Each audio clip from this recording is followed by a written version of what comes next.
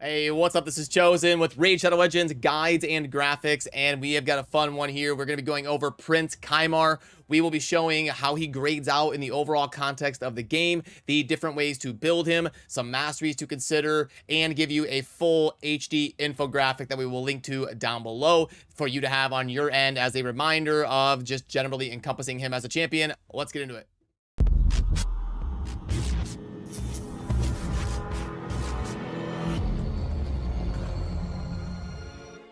Alrighty, now Prince Kaimar is actually one of the best champions in the game in terms of an overall tier list. We will dive into his grades a little bit down the road here towards the end of the video, some of the specific areas for Prince Kaimar, but he does grade out as one of the most sought after and most valuable champions in Raid for sure. And if you wanted to see the infographic that I was talking about in the intro, there it is. It's linked down below. But now I want to start with taking a deep dive into some of the kit and the stats, and then we'll get into the build and masteries and showcase him in action. So, okay, Prince Kaimar, as far as base stats are concerned, it's pretty good, pretty decent. He's got almost 19,000 base HP.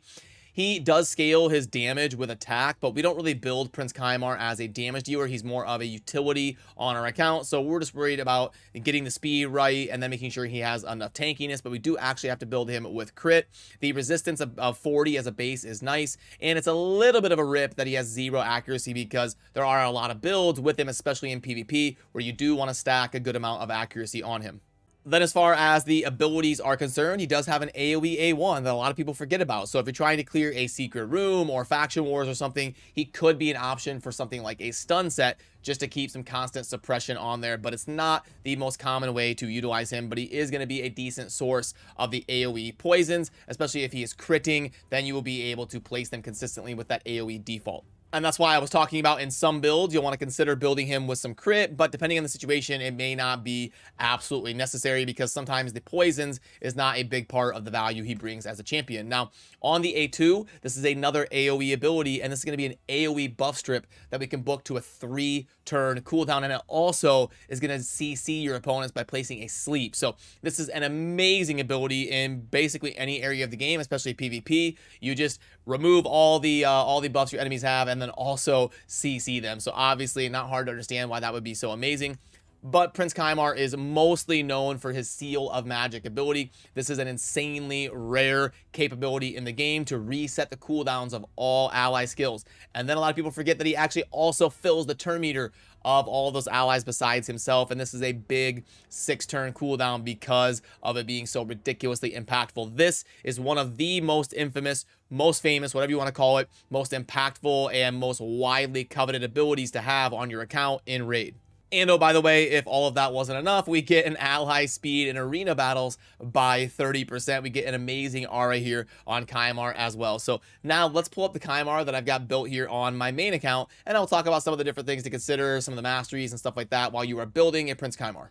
So, okay, here is the Kaimar that I've got built, and if we pull up these sets, you can see that we have got the immunity and the perception. Now, this is because I'm trying him out in a fun tag team arena team where my Kaimar cannot be debuffed or CC'd, and then when he finally gets to go, I have him set up to AoE strip and then let my team do their abilities, and then Kaimar resets everything and we're off and running after his AoE strip. And as long as I can get to that point, I'm pretty well set. Now, if you're just going for a standard utility build for Kaimar, sometimes you can build him to go last in your rotation because he doesn't need an insane amount of speed. You don't want him, his AI will tend to do the reset here, the Seal of Magic, really no matter what. So if you want to be able to just get consistent value out of him on auto and have him reset everything, sometimes you want to build him with lower speed, maybe around 200, 210 or so, and build everybody faster than him. That way, after everybody uses their abilities, Kaimar goes last, resets everything, and then you can keep the rotation rolling. So there really is a lot of different gear and build options on Kaimar, but typically we're going to be going for like accuracy and tankiness. We don't really need to worry about like crit damage and getting a bunch of attack on him or trying to hit super hard in most builds. We want to go for utility. So on the banner, I think most of the time you're going to want accuracy. That way you can choose to have him as a viable option in PvP while also making sure that he's still good enough to be utilized in PvE. Now the amulet is typically going to be defense or HP with your most amount of accuracy that you can get as a substat.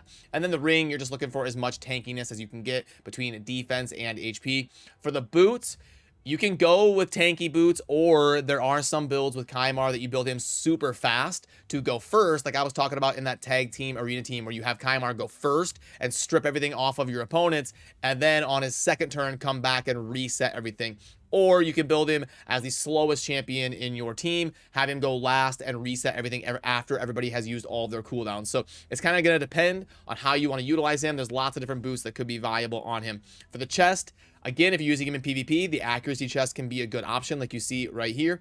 Or if you don't need a ton of accuracy to use him in PvP, you can go with just a tanky defense percent or HP percent chest. And then on the gloves, we are usually going to be going with a tanky stat. Now, if you're using him in PvE, faction wars or something, and you really want consistent poisons, I don't think that's going to be a super common choice, but then crit rate gloves could be a decent option to make sure we've got that crit rate high enough to place those poisons. And the top ones are obviously going to be pretty self-explanatory. We're just looking for accuracy and tankiness and all of that stuff, depending on how you are choosing to use KYMAR.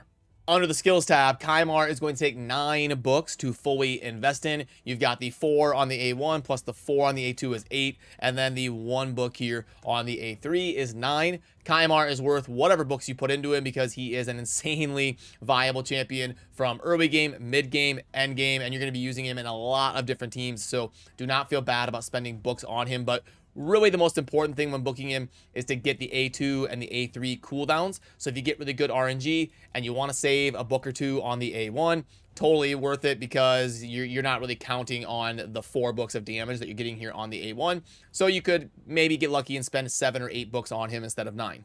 Then for the Masteries, there is a few different ways to build Prince KYMAR's Masteries. Obviously, he is a very generally useful champion who can be used to shine in many different teams. Now, this would be kind of a general setup if you want him to be a viable option in PvP. We're going to take the Eagle Eye to make sure we get enough accuracy. Remember, he's got that 0 base accuracy, so sometimes if you want to use him in PvP, you're going to want to scoop up that Eagle Eye. And then it's just kind of your general support and defense setup because we're not really going to be trying to do damage with KYMAR. But if you're only using him for PvE content, Doom Tower, Faction Wars, stuff like that, I could see maybe going offense and support and taking like the War Master Mastery or something on him just to help speed up your PvE runs. But to make him at least an option in PvP, you'd probably want to go with something sort of like this.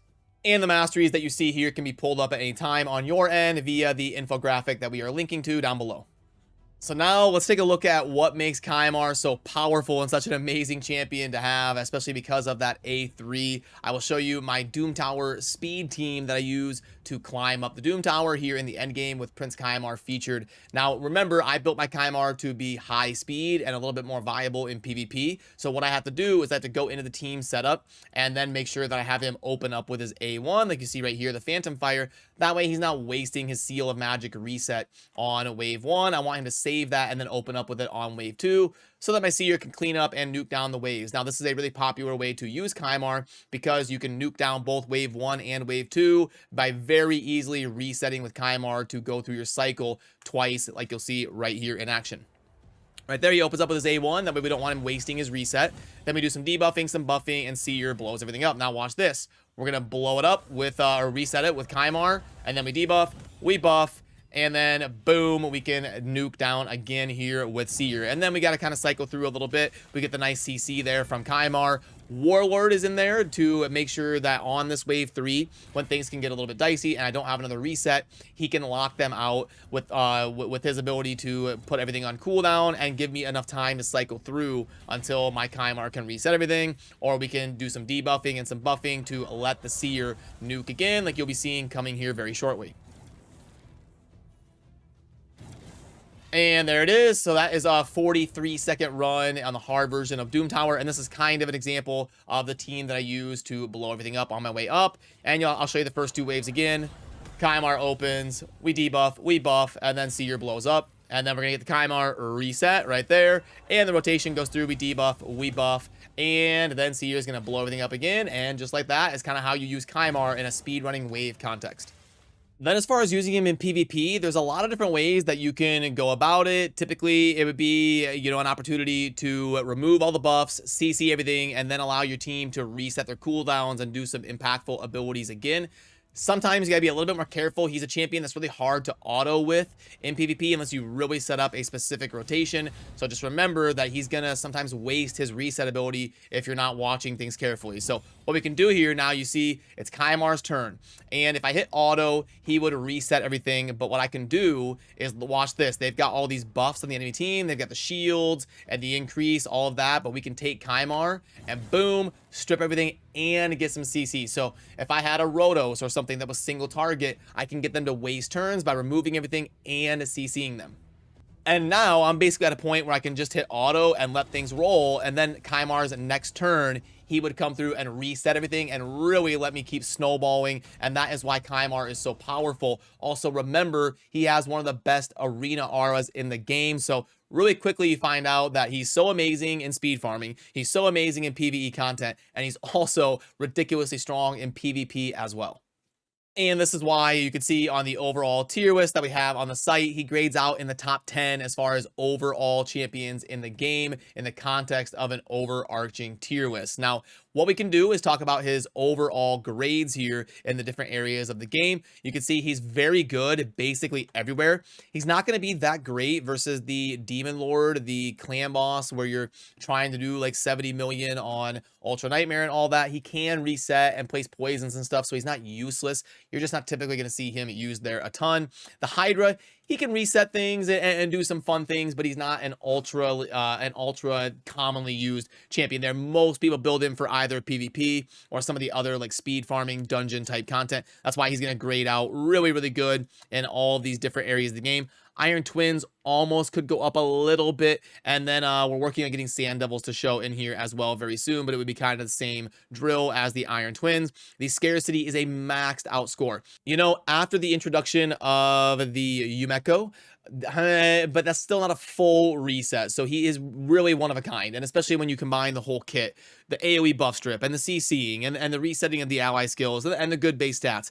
There really is no other champion that can truly match what Kaimar brings to the table. So in terms of scarcity, he is definitely an amazing champion. Now, early game, you're not going to get as much value out of Kaimar because he is a little bit more of a champion that needs the proper setup around him. He's more of an enabling champion. He really starts to shine when you build the perfect team and make things run efficiently. And that's why you'll see the end game score is a lot higher than the progression score. But yeah, overall, Kaimar comes out as an 84.4, which is a very, very high grade on a 0 to 100 scale. So yeah, if you have Prince Kaimar, congratulations. You have got one of the best and most sought after champions in Raid Shadow Legends. And remember to subscribe here on the channel, as I will be collaborating with lots of other really amazing creators to bring you amazing champion guides, infographics, and all sort of stuff to help you build your champions properly and get as much value as you can playing the game. So that'll do it for me on this one. Thanks for watching. Have a good rest of your day. Peace.